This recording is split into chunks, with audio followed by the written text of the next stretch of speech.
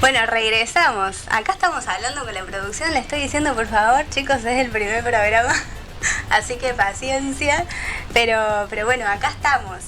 Quiero decirles que ya lo tengo al lado. Una cosa de locos.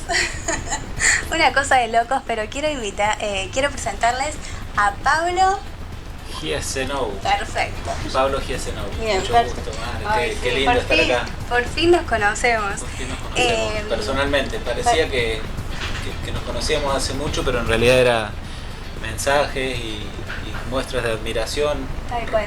mutua, Sí. pero no nos habíamos visto en persona, así que Nunca. un placer estar acá. La verdad, nunca. Yo dije, bueno, ¿qué tengo que hacer para que este hombre me acepte una invitación al streaming? Digo, cuando sea más conocida, ¿no? Y le dije no, la primera vez ahí nomás aceptó, así que gracias. Fue una onda, mañana puedo. Sí, fue Así como, que, ¿es mañana o es mañana? Sí. Así que... No, bienvenido, en No, serio. gracias. Al ser el primer programa, y bueno, ya escuchaste todo lo que pasó recién, de que sí, de que fue muy rápido, que esto y lo otro, es algo nuevo. La idea es que sea así totalmente auténtico y bueno, acá estamos. Bueno, me encanta cómo lo tomás con ese nivel de autoexigencia. Te digo que desde afuera se veía a alguien experimentado, ¿Sí? con una voz calmada, con una voz linda, así que Ay, bueno, gracias. si no decís que es tu primer programa, cualquiera pensaría que ¿Qué? sos una conductora experimentada, así que No, felicitaciones por eso. es el primero. Bien. Pero bueno, nada, contanos de vos. Sé que la mayoría de las veces te debe pasar como a mí, que es como primer pregunta, bueno, contame qué sucedió, pero yo quiero preguntarte eso, obviamente. Pero quiero que me cuentes también quién era Pablo antes de a los 37 años pasaron, ¿pasó? Bien, ¿quién era Pablo antes? Y después que me cuentes lo que sucedió. Bueno, Pablo nació allá por 1977, hace un montón, 49 años cumplí ahora en marzo. Bueno, Nací en Córdoba capital, Sí. pero de muy chiquito mi viejo se recibió de médico y nos fuimos a vivir a Viamonte, un pueblo muy pequeño del sur de la provincia de Córdoba, de 2000 habitantes. Y los recuerdos que tengo del pueblo, siendo el segundo de 7 hermanos, mi papá médico, también intendente, mi mamá profe de inglés, fueron recuerdos muy felices. Y yo asocio la felicidad que sentí en la niñez a la escuela, a los amigos, pero sobre todo al fútbol, a un fútbol que me acompañó desde que tengo uso de razón, que tuve la suerte de jugar en los 2 clubes de Viamonte. A pesar de que ser un pueblo chiquito, tenía 2 equipos de fútbol, y así el amor por el deporte en la década del 80, cuando yo era chico, era correr atrás de una pelota, la mayor cantidad de horas por día. Transcurre mi infancia y mi adolescencia en Viamonte y me vengo a estudiar a Córdoba capital, abogacía, y nada, otra vez en el medio de la carrera vuelve a aparecer el amor por el deporte y por la pelota, porque recuerdo que cuando estábamos haciendo la fila para inscribirnos en las materias de primer año, lo primero que hablaba con las personas que acababa de conocer en ese instante y en esa fila larga que se armaba, eran cómo te llamás, de dónde sos y de qué jugás.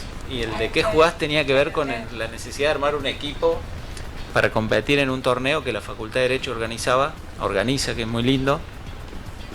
Me recibí de abogado hace más de 20 años, 22 años exactamente, y casi que antes de firmar la primera demanda yo ya estaba inscripto en el torneo que el Colegio de Abogados organiza.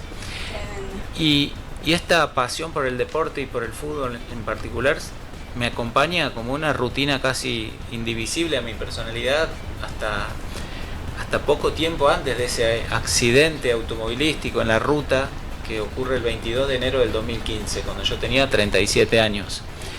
Y me gusta unir todos estos puntos del deporte con el accidente porque yo salgo de Córdoba con la idea de llegar a Las Heras, provincia de Santa Cruz, 2000 kilómetros, para darle una sorpresa de cumpleaños a mi papá.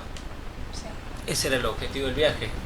Era un viaje cargado de emoción, de ilusión, con las ganas de llegar a cualquier hora después de 2000 kilómetros de recorrido, en el cual yo iba con tiempo, iba 2 días antes del cumple, sin apuro, y de repente las condiciones climáticas cambian de repente. Yo salgo de Córdoba con un día lindo, una ruta seca, pero entre la ciudad de Winifreda y Santa Rosa, en la provincia de La Pampa, empieza a oscurecer y empieza a llover con mucha intensidad. Una lluvia que me impedía ver con claridad la ruta, que me impedía la visibilidad, no era buena. Entonces yo bajo la velocidad a unos 80 kilómetros por hora, pero la ruta ya estaba inundada y de repente el auto hace lo que se llama aquaplaning, que es cuando pierde tracción sobre el pavimento, la rueda. Yo pierdo el control y empiezo a hacer trompos hasta impactar contra el guardarrail de la mano contraria. Esos trompos se interrumpen de una manera muy violenta, muy ruidosa, y era la chapa del guardarrail entrando al auto por la puerta del acompañante, saliendo por mi puerta y cortando a su paso todo lo que encontró, y en este caso incluidas mis dos piernas. Y yo pierdo tanta sangre dentro de ese auto, donde estoy atrapado casi media hora hasta que los genios que amo de los bomberos me logran sacar de ese auto para cargarme una ambulancia y trasladarme a un hospital. Y uno de los factores más importantes que me permite sobrevivir es la condición física. Los médicos, mi papá es médico, tengo dos hermanos que también lo son, y los médicos que me atendieron aquella noche me dicen: te salvaste después de haber perdido casi 4 litros de sangre dentro de ese auto, porque practicabas deporte, porque tu cuerpo estaba sano, porque nunca fumaste, pero sobre todo por la condición física. Entonces, si vos me decís qué tiene que ver, por qué nos cuenta Pablo una extensa carrera futbolística de alguien amateur, que siempre pagó para jugar, que siempre lo hizo por amor al deporte y a la diversión que eso me generaba, con un accidente. Y bueno, los puntos se juntan ahí esa noche y hacen que yo hoy pueda estar hablando con vos acá. Así que tremendo. Agradecido al deporte previo al accidente, y agradecido al deporte que pude ir conociendo, practicando y desarrollando después del accidente también. Tal cual, eso es lo principal. Pero qué loco como algo, ¿no? Que sabemos que es salud, el deporte es salud, el ejercicio físico, y acá me lo estás trayendo en algo totalmente concreto, ¿no? Un ejemplo totalmente concreto. Sí, dándome cuenta que hoy tuve la suerte que con el paso del tiempo pude ir conectando cada vez más con el deporte y pensando: si me salvó la vida una vez, me va a seguir salvando, me va a seguir mejorando la condición física, me va a seguir mejorando la calidad de vida, y más convencido que nunca de que el deporte es salud, pero no solo la salud física, sino también la salud mental, la salud espiritual, lo social. Yo hoy quizá me adelanto un poco en la historia, pero corro carreras de running de 10 kilómetros, de 15 kilómetros, y lo más lindo es que me invitan a participar de las carreras desde Luján de Cuyo, Mendoza, desde Jujuy, desde Buenos Aires, desde Tucumán. Me invitaron a correr a Bolivia, y cuando te digo me invitaron es: che, Pablo, queremos que estés en nuestra carrera, te mando los vuelos, te reservo hotel, te llenan de regalos, de mimos. Y cuando yo me imagino todo lo que pasa alrededor de una carrera, cuando vos ves a una persona con alguna discapacidad corriendo sin excusas, poniendo el despertador un domingo muy temprano, se genera una energía hermosa, y logro de a poco ir entendiendo por qué esa generosidad, por qué esas invitaciones a alejarme tanto de mi casa para ir a disfrutar de una carrera que a lo mejor dura 1 hora, pero yo estuve 3, 4 días conociendo una nueva ciudad, sí, conociendo nuevas personas, y por eso te decía, la salud en lo espiritual y lo social tiene que ver con eso, y además que me divierto un montón cada vez que lo hago, así que obvio, sí, ya sí, lo hacía antes, súper recomendable, no solo para alguien que tiene una discapacidad del deporte, sino para el que no tiene nada y por ahí se vive poniendo excusas. Sí, así que sí, bueno, sí, tremendo eso, ¿no? Sí. Vos sabés que, bueno, yo ya te dije que te sigo y el otro día veía algo que me encantó, o sea, me gusta el tema cuando crees que va a pasar algo, ¿viste? Y decís, esta respuesta es esperable, y sin embargo cuando a vos te respondieron algo, diste como el foco era totalmente distinto, y yo dije, qué buena respuesta, porque por lo general te preguntan esto, las veces que he visto, ¿qué le dirías a alguien, por ejemplo, que está pasando determinada situación o que está como viendo que no hay posibilidades? Y tu respuesta la giraste y destinaste el mensaje a las personas que no están pasando alguna situación así como tan extrema. ¿Por qué elegiste dedicar tu mensaje a esas otras personas? Porque el que está pasando algo, como cuando me pasó a mí, que recibí la visita de personas amputadas que me abrieron los ojos y me llenaron de ilusión y de esperanza, porque simplemente verlas entrar caminando a mi casa con una sonrisa y darme cuenta que son personas que trabajan, que hacen... Y yo estaba ahí en una silla de ruedas a poquitos días de una amputación que no tenía idea de qué se trataba, y eso me sirvió y hoy yo lo puedo replicar en hospitales.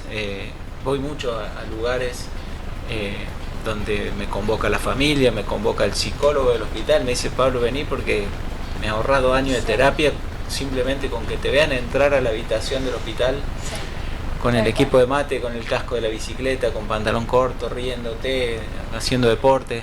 Entonces eso es una conexión que yo tengo con esas personas que están atravesando algo, y tenemos charlas que son charlas íntimas y charlas que me guardo en el corazón y que estoy seguro, porque lo veo con el tiempo, de que le hacen bien. Pero a mí me contratan empresas grandes, chicas, me contratan colegios, me contratan equipos de fútbol con planteles profesionales de primera división, que vos decís, ¿qué le vas a ir a transmitir a alguien que está tocando el cielo con las manos en el deporte más lindo del mundo, en el país campeón de la Copa del Mundo en fútbol, y que yo de repente esté parado en el frente de ellos intentando darles un mensaje? Y lo toman el mensaje y les entra en el corazón y les entra en la cabeza, y son personas que no les está pasando nada desde lo físico o que no tienen un problema serio, y que sin embargo a veces, como te decía, viven poniendo excusas para no perseguir sus sueños, para no superar alguna adversidad pequeña, o simplemente por el deporte nacional nuestro, que es la queja constante que nos permite, que nos hace quedar empantanados en situaciones que de otra manera y con una actitud positiva podrían salir adelante. Entonces mi principal mensaje es para esa persona, y las charlas que yo doy con 30 o con 4.000 personas enfrente tienen que ver con eso, ¿no? Con llegar al corazón y a la cabeza del que se queja por pavadas. Tal cual.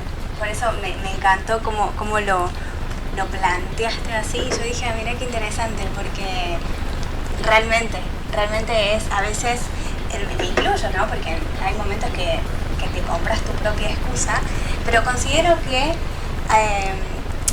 a veces podés mentir, o mañana voy a hacer esto, o sí, voy a empezar tal día. Podés mentir a los demás, pero creo que mentirte a vos mismo es un autoflagelo realmente, porque las consecuencias después las pagas vos, ¿no? Sí, no las pagan. Totalmente. Pero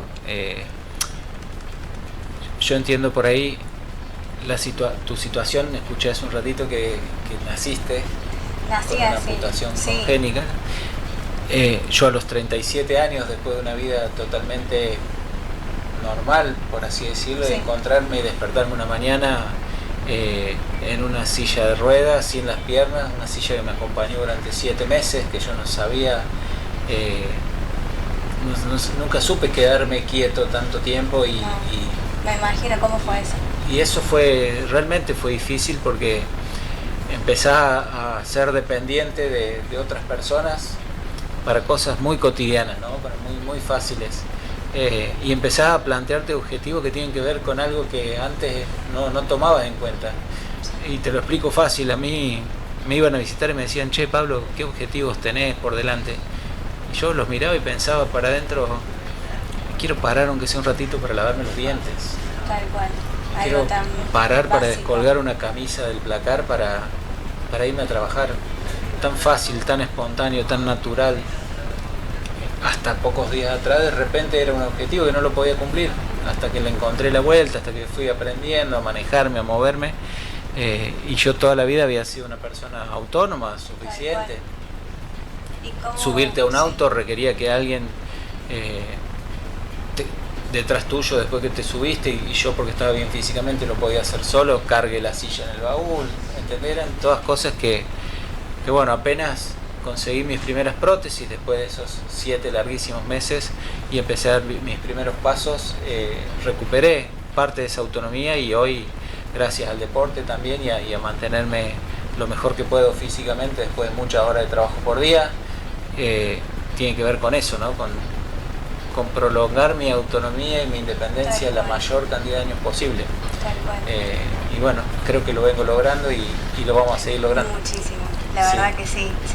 Yo quería consultarte esto porque sí, tal cual como vos decís, yo nací así, de cierto modo podemos compartir lo que se siente quizás utilizar prótesis, ciertas cosas en la sociedad y esas cuestiones, pero no tengo idea de lo que es tener una amputación, pasar por la cirugía, ¿no es cierto?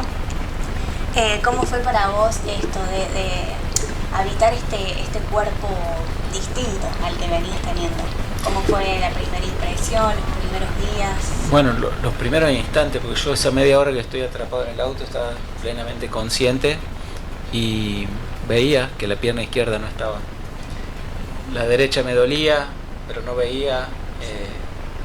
Después los bomberos me cuentan que ninguno de los dos pies estaba en el auto, así que la amputación no solo fue rápida, sorpresiva y violenta, sino que fue algo que yo me entero ya en la ambulancia, un ratito después, cuando escucho hablar de las piernas, en vez de la pierna. Para mí, yo había perdido la pierna izquierda.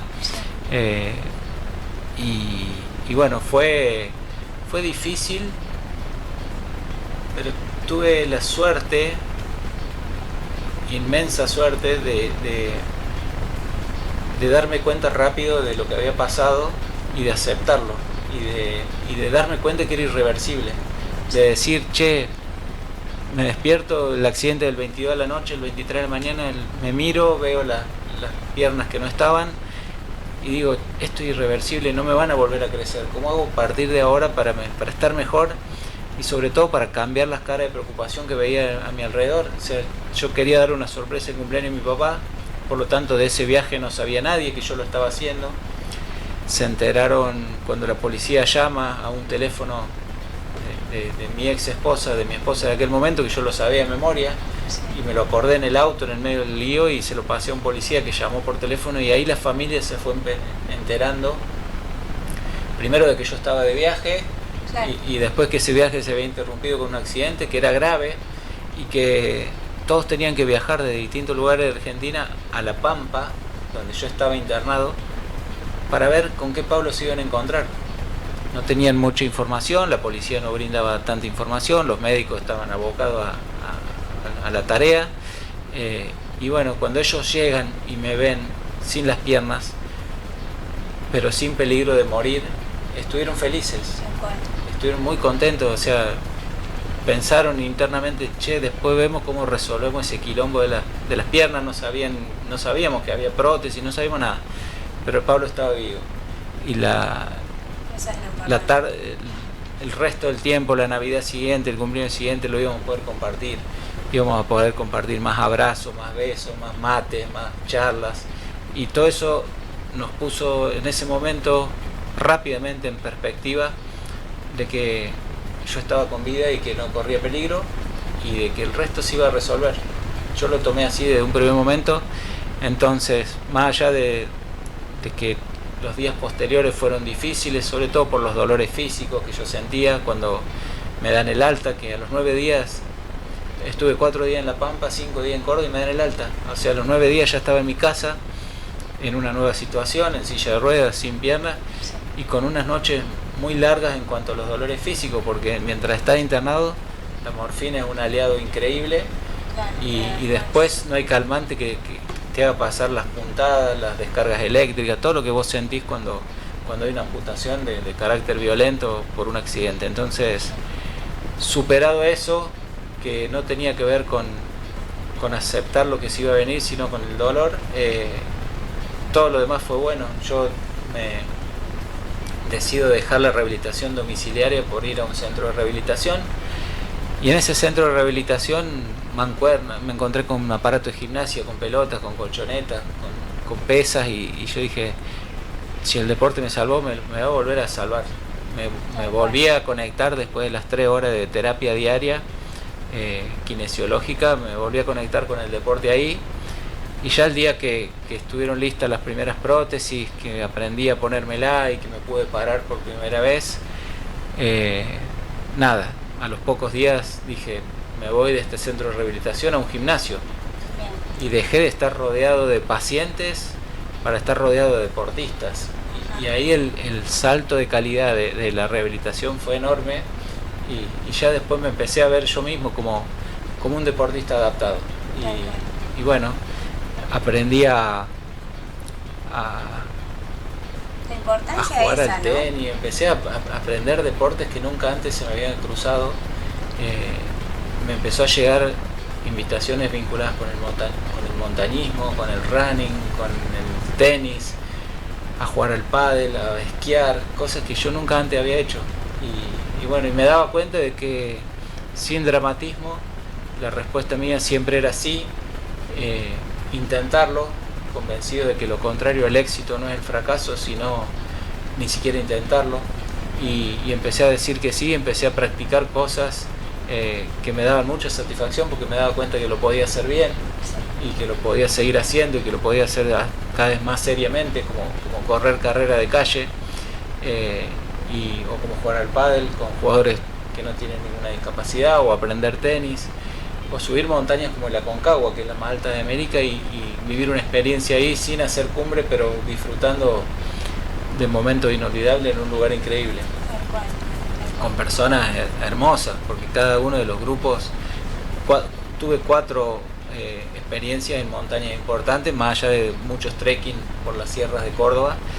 La primera fue en el Aconcagua y lo hicimos con Julián Weich, que es el autor del prólogo de mi primer libro, y que ahora lo vamos a presentar juntos en Buenos Aires el 1 de mayo en la Feria Internacional del Libro.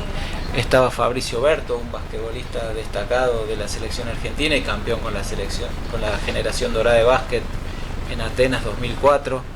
Estaba la peque Paula Pareto, la judoka, que es la primera medalla de oro femenina en la historia de Argentina.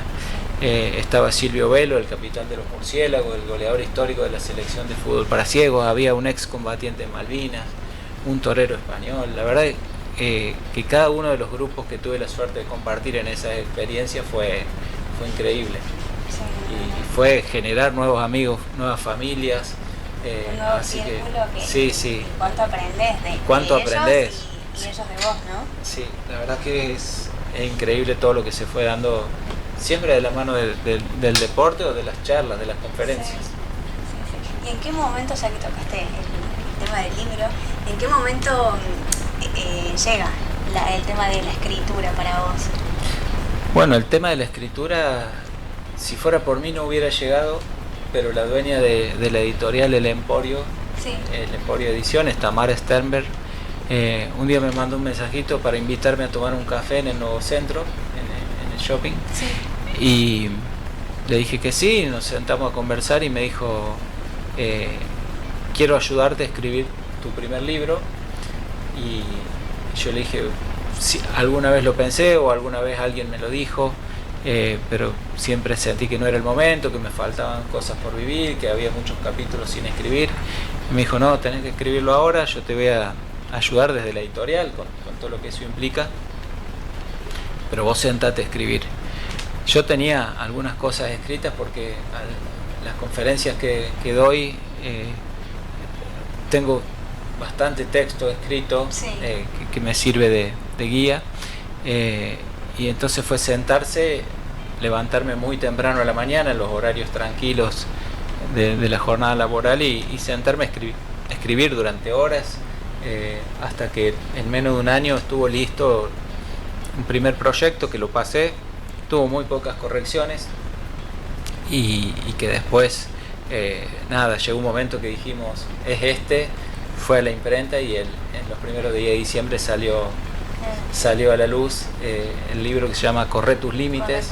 Sí, que vi que ahí lo hace Juliana. Claro, y Juli nos hizo el prólogo y bueno, y ahora lo presentamos el año pasado en el Centro Cultural Córdoba, junto a Petete Martínez. Sí, vi los videitos. La verdad que fue increíble. Y bueno, ahora el 1 de mayo en Buenos Aires estás invitada. Bueno, la Feria Internacional.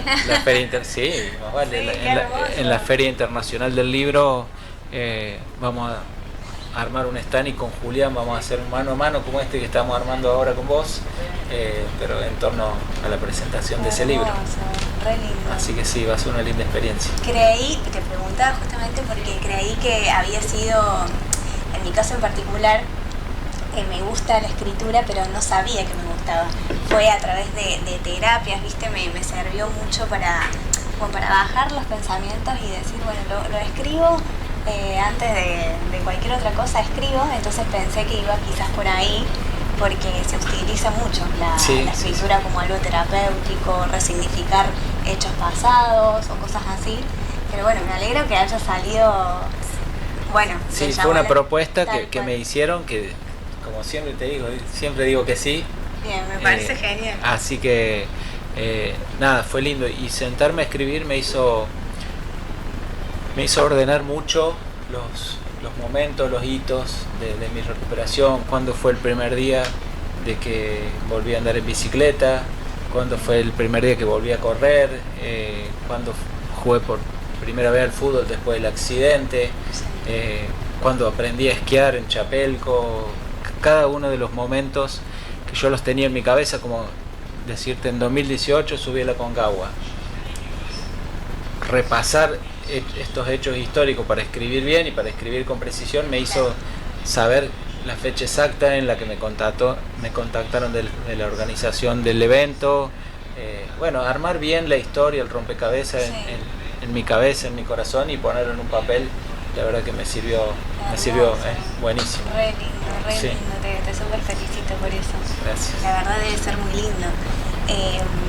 Yo quería consultarte también en relación a, bueno, veo que has hecho un montón de cosas y veo que manejas mucho el tema de la exposición también, y recién comentaste de que das charlas motivacionales también, y quería saber si tuviste que prepararte o ya estabas acostumbrado a las cámaras, a dar oratoria, o lo fuiste desarrollando a medida que te tocó. Lo fui desarrollando. Yo, una carrera donde todos los exámenes son orales, como la abogacía, siempre me costó, no me gustaba pasar y dar una clase en público, siempre fue difícil para mí.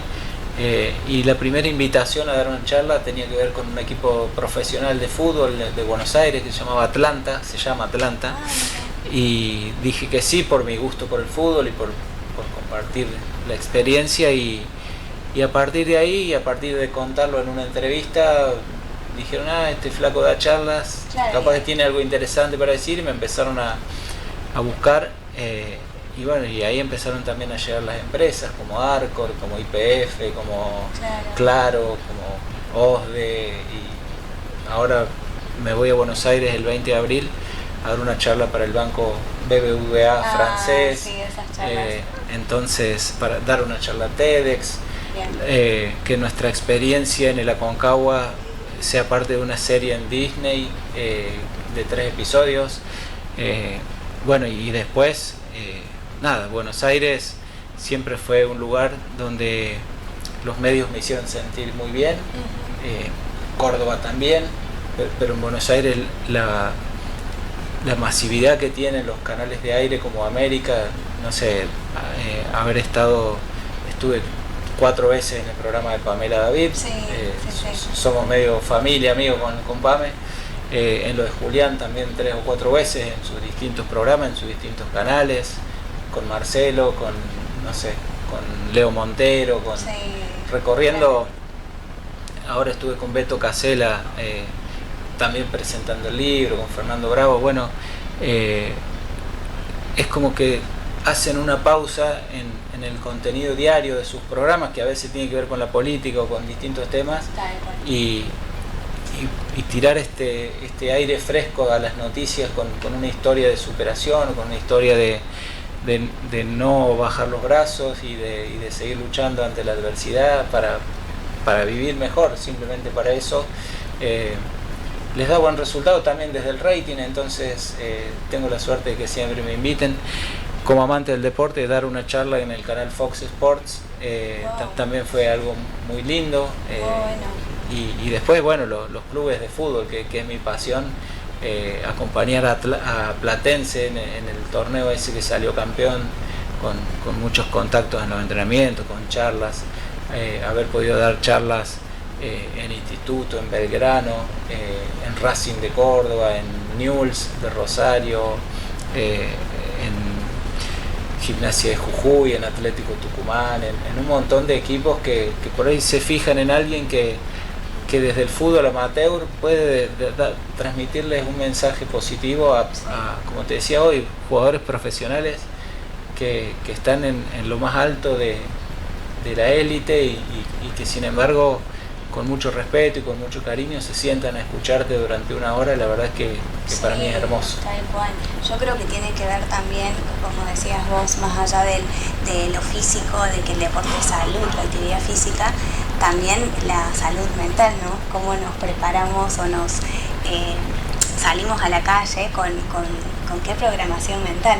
Para vos esto, ¿cómo fue? ¿Hay algo que quizás, dice, por ahí hay frases que cuando tenés un día ahí desafiante, medio difícil, hay algo que decís, bueno, yo repito este mantra o con esto me levanto cada mañana? ¿Hay algo así o cómo lo manejas? Mira,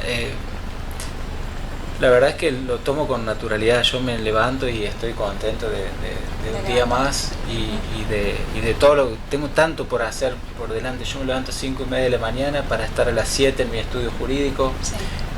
A las 8:30 me voy para el Tribunal de Cuentas y ahí trabajo hasta las 4 de la tarde, que salgo para buscar a Matilda del cole. Y que algunos días apenas tenemos tiempo de cambiarnos de ropa para irnos a danza con ella. Entonces como que no tengo tiempo de deprimirme, de bajonearme ni de nada, sino todo lo contrario. Hago tantas cosas que me hacen bien y que me gustan que cuando llega la noche lo único que quiero es descansar, porque el día siguiente va a ser igual de intenso. Ni hablar con el tema de los viajes.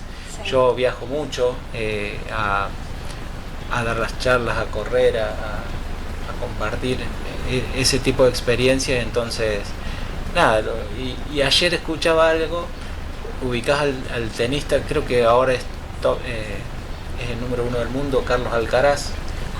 Bueno, es el español, es el referente máximo hoy de ese deporte, y le preguntaban, Carlos, ¿cómo superás esos momentos del partido en los cuales la adversidad parece que no siempre juegan de la mejor manera? Entonces él dice, yo miro al cielo y me digo a mí mismo, hace tu magia, Carlitos. En los momentos difíciles. Claro, y ahí es como que su cabeza le hace un clic y empieza a vivir el partido de otra manera y a mejorar su juego.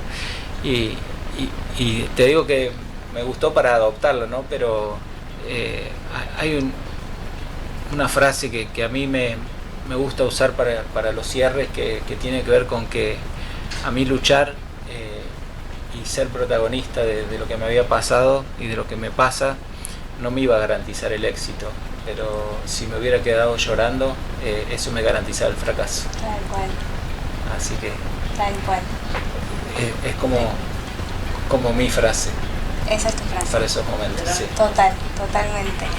¿Qué crees, como para cerrar, qué crees que cambió en los valores, en lo que valoraba y creía y hacía el Pablo de antes a lo que empieza a valorar y creer el Pablo de ahora? Más allá de todo lo que mencionaste. Sí, intento vivir el momento, vivir el presente y disfrutarlo. Que cada minuto valga, que cada día valga. No es tanto lo que nos cambió en nuestro día a día y en nuestros valores, porque a nivel familiar veníamos golpeados por el suicidio de mi hermana, que cuando tenía 18 años y yo 19, éramos muy seguiditos. Ella se quitó la vida y para nosotros como hermanos fue un golpe muy duro. Para mis viejos fue durísimo. es impensado perder un hijo y más por esa razón. Entonces eso tiene que ver con que el día que mis viejos me vieron ahí sin peligro de muerte y sin las piernas, lo tomaron como una buena noticia y como un motivo para festejar. Entonces nada, desde aquel momento en adelante, y quizás desde la genética misma de nuestra manera de ser y de sentir, nos pasa esto de aprender a diferenciar los valores y los problemas reales de las dificultades por resolver, que todos los días se nos aparecen, las tenemos y hay que ocuparse y seguir adelante, ¿no? Y a veces nos hacemos de una pavada un problema. Entonces, diferenciar esos problemas de las dificultades por resolver creo que es la clave. Tremendo, tal cual, coincido totalmente. Y bueno, y vivir el momento. Sí. ¿Qué te parece? Sí, vivir el momento, tal cual. Me parece... Nada, tu vida en sí, hay una frase que... Yo soy muy de las frases. Muy de las frases, pero sí, a mí me encantan también. Me gusta esto de... Hay una frase que dice, no sé bien exclusivamente de quién es, que dice, mi vida es mi mensaje. Y creo que a vos te representa muchísimo. Bueno, muchas gracias. De corazón te lo digo. Sí, siempre siento cuando doy una charla, cuando escribo, cuando hablo, de que no quiero que se acuerden de Pablo Giesenow, que además es difícil de pronunciar. Que se acuerden de que un día conocieron a una persona que aprendió a ver a los desafíos como oportunidades para crecer. Y de eso se trata. Tal cual. Bueno, wow, tremenda historia, tremenda historia de superación y superación personal, tremenda historia de desarrollo personal, físico, todo. Así que te quiero agradecer de nuevo por estar acá. No, gracias a vos y tremendo primer programa, metiste, sos una genia. Yo dije, por Dios, tremendo primer programa genia. con estas personas. Bueno, después viene un segundo invitado que es un amigo que es muy importante también en mi etapa así de ver, ¿viste? ¿Te pasó alguna vez de tener como esas decisiones de qué hago, qué estudio, qué decido? Bueno, después viene él también, pero nada, con vos una historia realmente para enterarse de todo. Para enterarse de todo. Un placer, Pablo. Un placer.